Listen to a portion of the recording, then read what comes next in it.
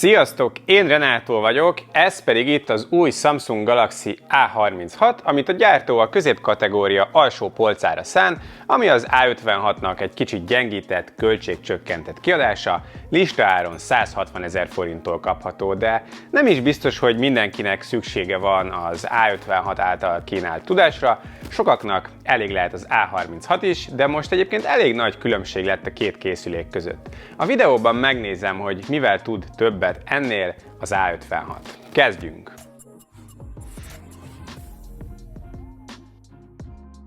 A kicsomagolás itt is műanyagmentes, már a papír letépőkkel tudjuk kinyitni a dobozt, kinyitás után a doboz tetejében egy kisebb dobozt találunk, amiben benne van a SIM kiszedő, pár tájékoztató füzetecske, illetve a mellékelt USB-C-C töltőkábel.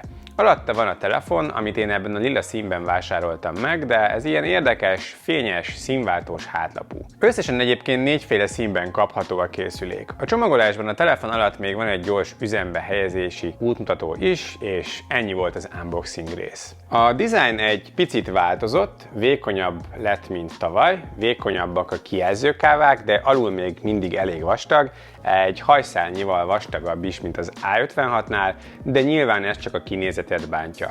Az oldalsó dudor a gomboknál megmaradt, a hátlap pedig fényes, színváltós, ilyen hologramszerű dizájnt kapott, a kamerasziget viszont új, most különálló lencsék helyett egy egybefüggő dudort kapott, akárcsak az A56-nál, de itt egy közös üveg alatt vannak a lencsék, míg az A56-nál ezek külön vannak. Anyaghasználat terén elől és hátul is Gorilla Glass Victus Plus üveget kapott, ami elég menő ezen a szinten, a kerete viszont továbbra is polikarbonát, ez itt nagy különbség az A56 szárcsiszolt alukeretéhez képest.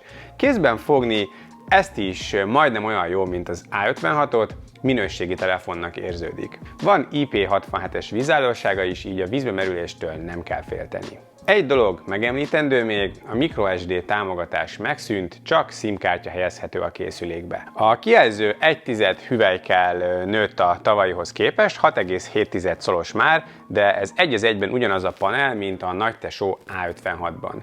A képfrissítés adaptív, max 120 Hz-es és a kijelző fényereje is nőtt, 1000-ről 1200 nitesre a teljes kijelzőn és 1900 nit a csúcsfényerő, ez már napsütésben is szuperül leolvasható. A panel Always On Display támogatással is rendelkezik.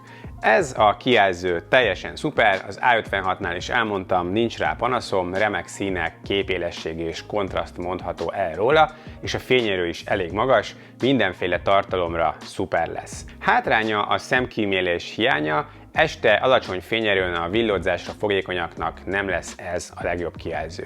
A kijelző alatt van az új lenyomat olvasó, ami egy optikai szenzor, pontosan dolgozik és egész gyors is, de azért vannak ennél jóval gyorsabb megoldások.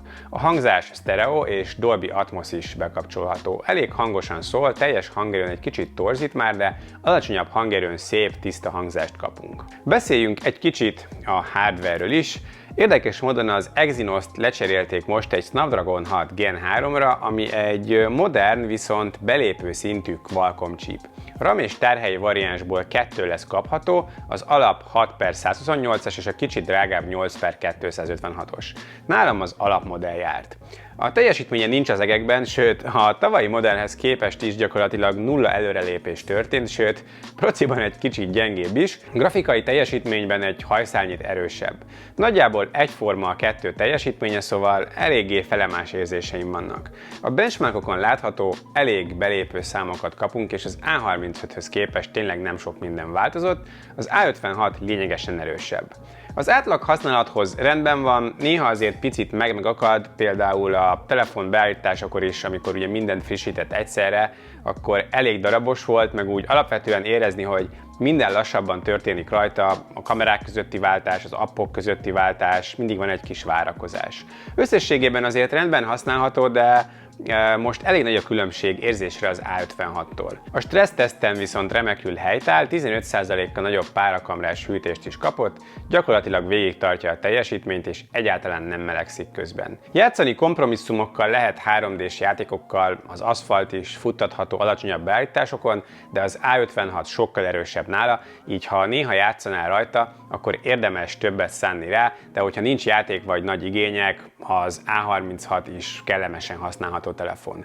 Mondjuk az időtállóság kérdéses, hogy 3-4 év múlva mire lesz ez elég. Ennyi pénzért azért vannak ennél jóval erősebb telefonok is. Adatkapcsolat szempontjából rendben vagyunk, van Dual Nano SIM, eSIM, Wi-Fi-ből a 6-ost ismeri, Bluetooth-ból is megvan az 5.4 és van NFC is a mobil fizetéshez. Érdekes a Bluetooth 5.4, mert a nagytesó A56 csak 5.3-at támogat. A GPS vétel, a pontosság, a hálózati vétel vagy a hívásminőség szempontjából tökéletes a telefon, de virtuális közelségérzékelő miatt nem mindig sötétedik el a kijelző, hogyha a füledhez emeled a telefont hívás közben. Szoftver szempontjából ez a legjobb telefon a kategóriájában. A szoftveres támogatás ebben az árkategóriában kiemelkedő, 6 fő Android frissítést és 6 év biztonsági frissítést ígér mellé a Samsung.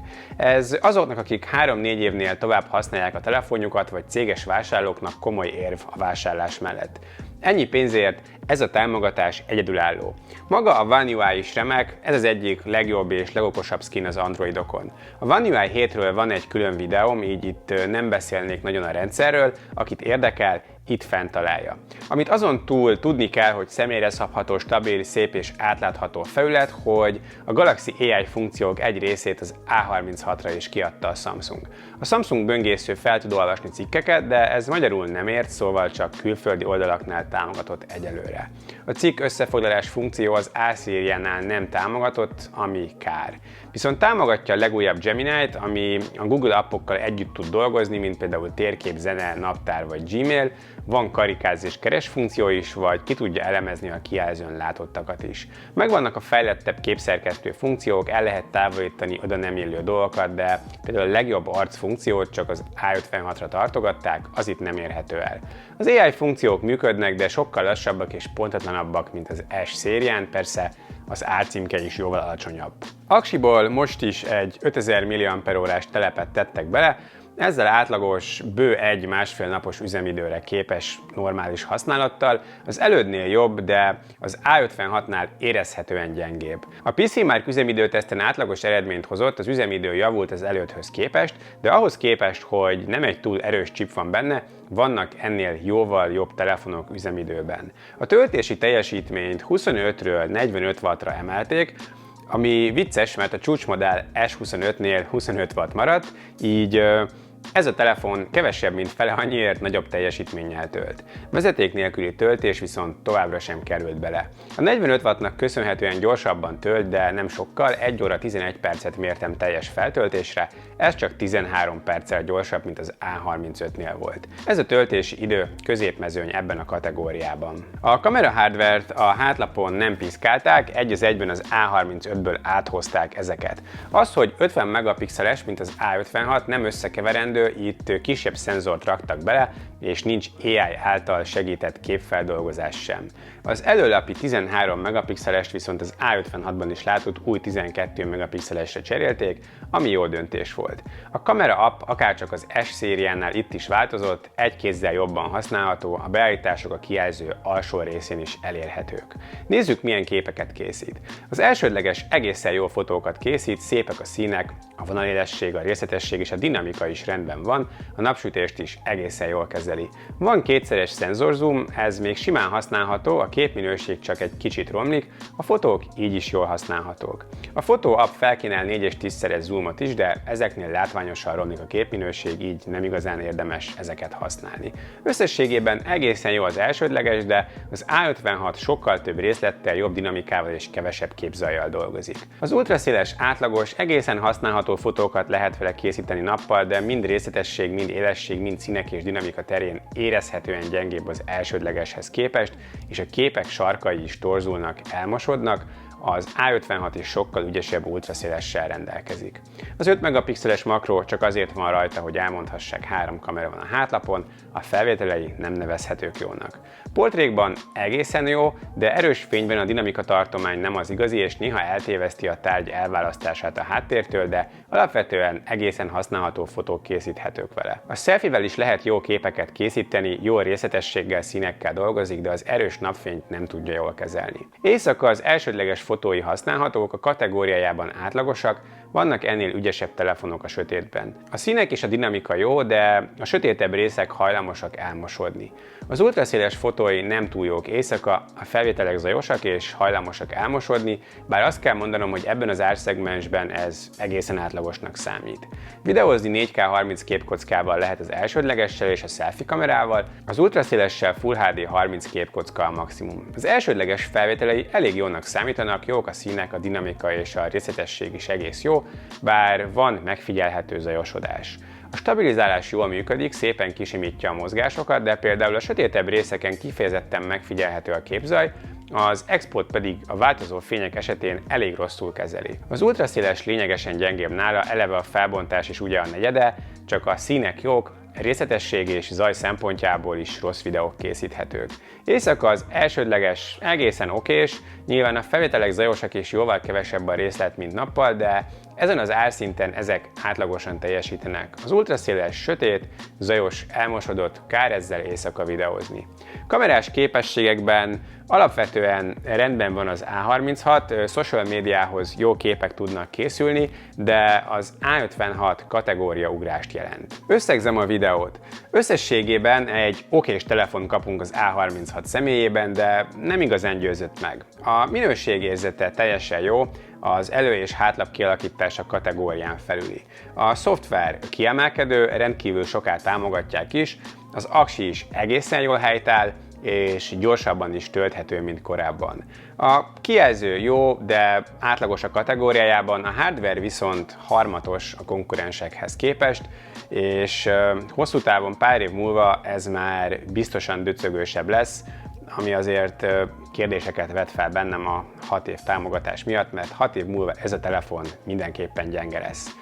Ez a mobil céges telefonnak vagy azoknak lesz jó, akik a Samsungban bíznak és korábban is A-szériás telefont használtak, akár A3-ast vagy olcsóbb A2-es és A1 szériás telefonokat, és nincsenek túl nagy igényeik. Hogyha ők a pár éves telefonjukat cserélik az új A36-ra, érezhető előrelépést és jobb telefont fognak kapni. Listaáron 160 000 forint, ezen az áron egyáltalán nem éri meg.